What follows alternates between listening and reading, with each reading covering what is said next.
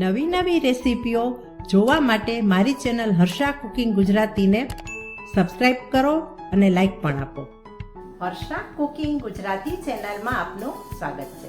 આજે આપણે બનાવીશું ડુંગળી અને લસણનો ઉપયોગ કર્યા વિનાની સાત્વિક પાવભાજી. આ પાવભાજી સ્વામિનારાયણ પાવભાજી બનાવીશું. તો ચાલો બનાવીએ સાત્વિક સ્વામિનારાયણ પાવભાજી.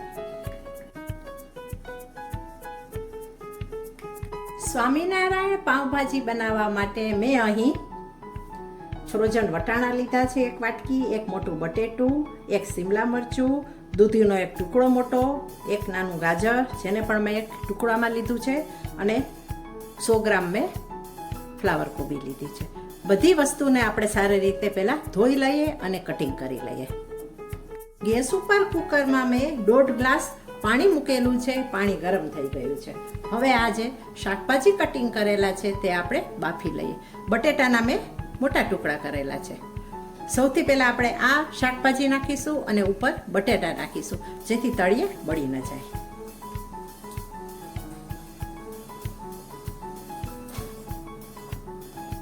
જોકે પાણી વધારે છે એટલે માપનું જ, એટલે બળવાની શક્યતા નથી. એ રીતે પાણી નાખવાનું કે તળિયે દાજે નહીં. દાજવાનો જો સ્મેલ આવશે ને દાજવાની, તો પાવભાજી જરાય સારી નહીં લાગે.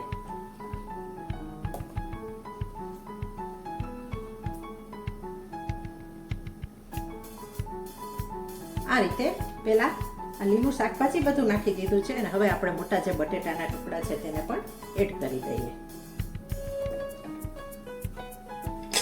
ઢાંકણ આપણે બંધ કરી દઈએ અને 4 વિસલ થવા દઈએ.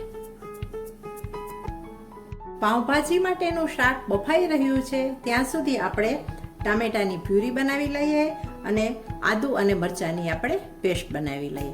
સ્વામિનારાયણ પાવભાજી છે, જેથી આપણે ડુંગળી અને લસણનો ઉપયોગ નહીં કરીએ. પાવભાજી માટેનું શાક બફાઈ ગયું છે અને આપણે એક બાઉલમાં ટ્રાન્સફર કરી લીધું છે. હવે આપણે મેશ કરી લઈએ. જુઓ, એકદમ સરસ રીતે બફાઈ ગયું છે.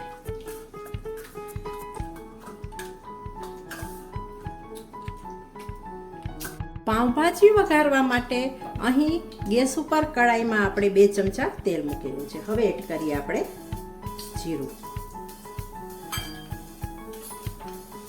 જીરું એડ કર્યા પછી હિંગ એડ કરીએ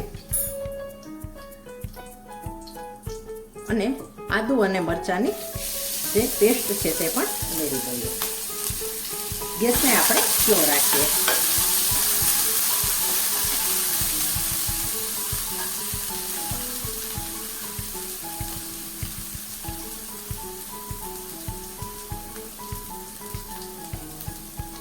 આદુ મરચાંની પેસ્ટ સંતળાઈ ગઈ છે. હવે આપણે એડ કરીએ ટામેટાની પ્યુરી. અહીં મેં 4 ટામેટાની પ્યુરી લીધી છે.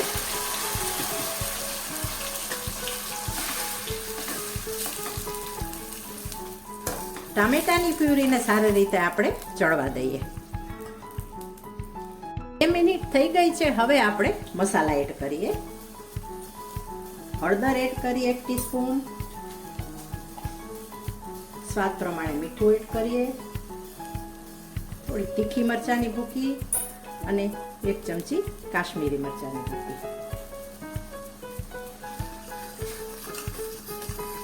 મસાલાને પણ ટામેટાની પ્યુરીમાં આપણે મિક્સ કરતા જઈએ.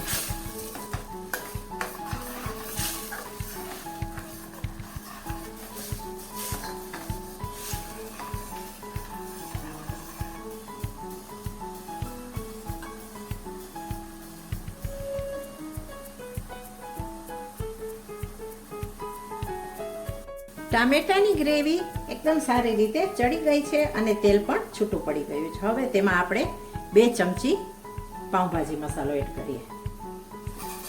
પાવભાજી મસાલો આ રીતે પહેલા ઉમેરી દઈએ ને તો પાવભાજીમાં બહુ સરસ તેની ફ્લેવર અને ટેસ્ટ બંને આવે.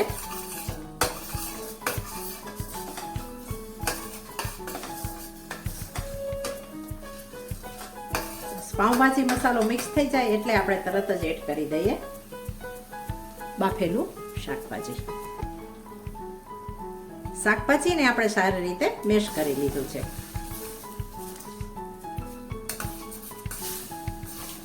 અહીં મેં આ પાઉંભાજી તેલમાં બનાવી છે. તમને પસંદ હોય તો તમે ઘી અથવા બટરમાં પણ બનાવી શકો છો.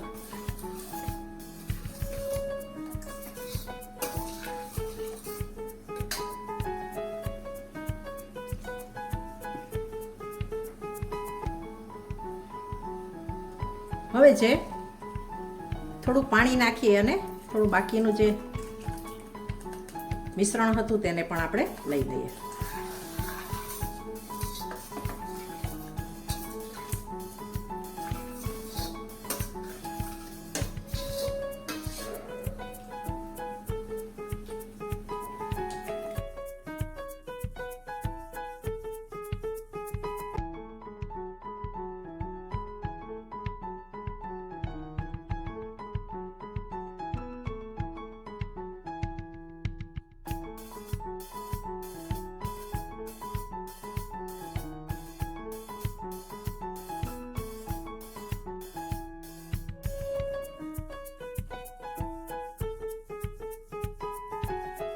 થોડું આપણે લીંબુ નીચોવી દઈએ.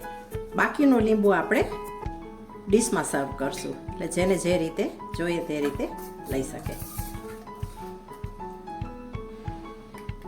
ટેસ્ટી અને ડિલિશિયસ સ્વામિનારાયણ પાઉંભાજી બનીને તૈયાર છે.